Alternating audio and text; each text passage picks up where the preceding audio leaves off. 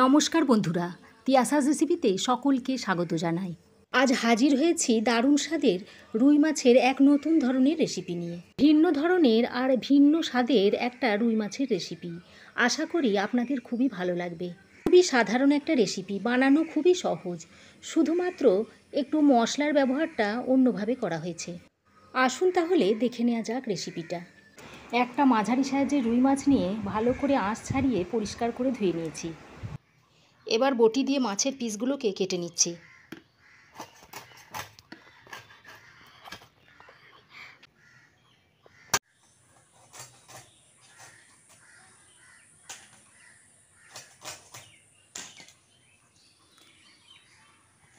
মাছের পিসগুলো আমি করে নিয়েছি। দেখুন, মাছের পিসগুলো আমি করে নিয়েছি। এবার মাছের মধ্যে নুন, হলুদ ও লঙ্কা দিয়ে ভালো করে মাখিয়ে নিচ্ছি।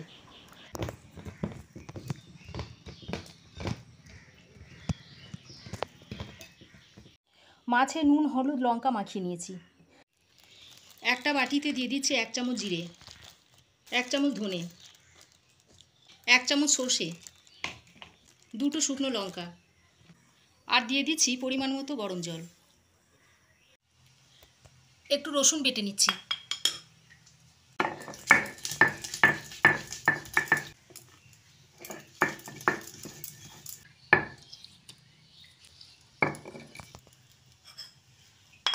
রসুনটা বেটে তুলে নিচ্ছি।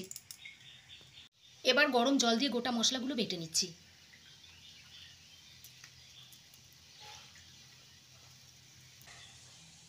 সামান্য একটু নুন দিয়ে দিচ্ছি, বাড়তে সুবিধা হবে।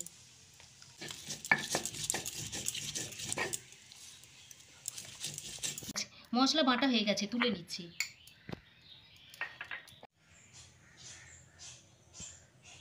একটা কড়াই খুব ভালো করে গরম করে নিয়েছি। একেবারে ধোঁয়া ওঠা গরম করে নিতে হবে, তাহলে মাছগুলো ভাজার সময় আর নিচে লেগে যাবে না।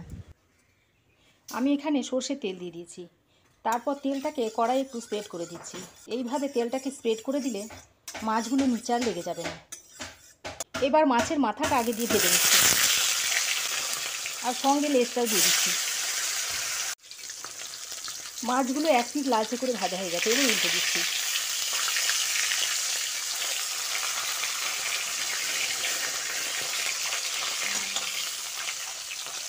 মাছের লেজ ও মাথাটা ভাজা হয়ে গেছে, এবার তুলে নিচ্ছি। এবার মাছের পিসগুলো দিয়ে ভেজে নিচ্ছি।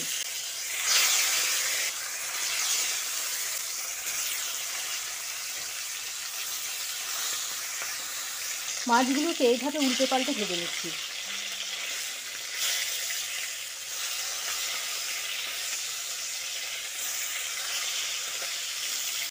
এই রান্নাটা যদি বড় রুই মাছ দিয়ে করেন তাহলে খেতে আরও ভালো লাগবে। মাছের পিসগুলো ভাজা হয়ে গেছে, তুলে নিচ্ছি।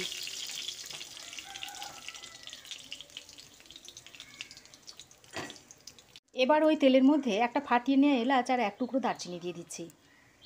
তারপর সামান্য একটু হলুদ দিয়ে দিচ্ছি, যাতে তেলটা না ছিটকায় তাই হলুদ দিয়ে দিলাম।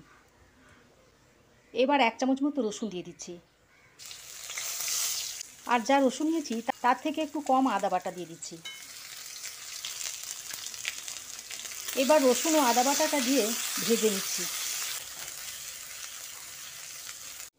এবার আদা ও রসুনের কাঁচা গন্ধটা চলে গেলে এর মধ্যে জিরে, ধনে, সর্ষে ও শুকনো লঙ্কা বাটাটা দিয়ে দিচ্ছি,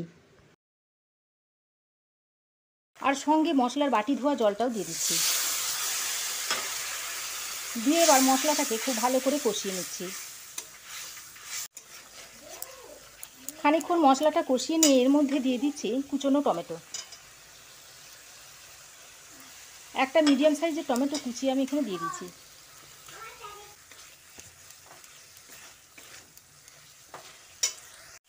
টমেটোটা যাতে তাড়াতাড়ি নরম হয়ে আসে সেই জন্য স্বাদ মতো নুন দিয়ে দিচ্ছি। নুনটা দিয়ে মিশিয়ে দিচ্ছি। অল্প অল্প জলে ছিটে দিয়ে মশলাটাকে ভালো করে কষিয়ে নিয়েছি।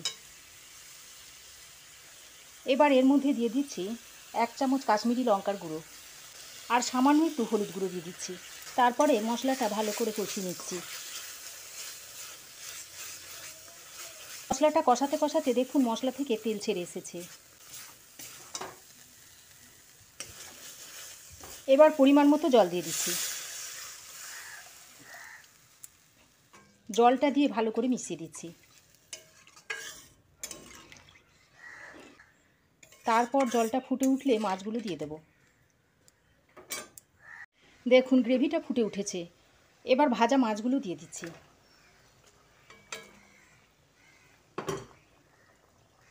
ভাজা মাছগুলো দিয়ে একটু মিশিয়ে দিচ্ছি। এবার ঢাকা দিয়ে রান্না করে নিচ্ছি। অল্প একটু জলে 1 চামচ ধনেপাতার গুঁড়ো দিয়ে দিচ্ছি। এবার ধনেপাতার গুঁড়োটা জলের সঙ্গে ভালো করে মিশিয়ে নিচ্ছি। তারপর এটা এক সাইডে রেখে দিচ্ছি। পরে এটা রান্নায় ব্যবহার করব। দেখুন ঢাকা দিয়ে মাছটাকে প্রায় 6-7 মিনিট রান্না করে নিয়েছি। এতে করে দেখুন মাছটা অনেকটাই মাখো মাখো হয়ে এসেছে। এবার যে ধনেপাতাটা জলে গুলে রেখে দিয়েছিলাম সেটা এখন এই ওপর দিয়ে দিচ্ছি। আমি এখানে ধনেপাতার গুঁড়োটা ব্যবহার করেছি, তবে আপনারা এখানে ফ্রেশ ধনেপাতাটাও বেটে দিয়ে দিতে পারেন। রান্নার শেষে যদি এভাবে বেটে নেওয়া ধনেপাতাটা ব্যবহার করেন, এতে করে মাছের স্বাদটা খুবই ভালো হবে। ধনেপাতার পেস্টটা মিশিয়ে দিয়ে আরও 2-1 মিনিট রান্না করে গ্যাসের ফ্লেমটা বন্ধ করে দিচ্ছি। তারপর এভাবে 2 মিনিট ঢাকা দিয়ে স্ট্যান্ডিং টাইমে রাখার পর সার্ভ করে দেব। 2 মিনিট স্ট্যান্ডিং টাইমে রাখার পর মাছের তরকারিটা আমি একটা প্লেটে সার্ভ করে দিয়েছি। আমার এই রেসিপি যদি আপনাদের ভালো লেগে থাকে তো একটা লাইক দিয়ে পাশে থাকবেন। পাশে থাকা বেল আইকনটা অবশ্যই প্রেস করবেন। আর আমার চ্যানেলে নতুন বন্ধু হয়ে থাকলে প্লিজ চ্যানেলটা সাবস্ক্রাইব করার অনুরোধ রইল। আজ এ পর্যন্তই। আবার দেখা হবে নতুন কোনো রেসিপি নিয়ে নেক্সট এপিসোডে। সে পর্যন্ত ভালো থাকবেন, সুস্থ থাকবেন। ধন্যবাদ।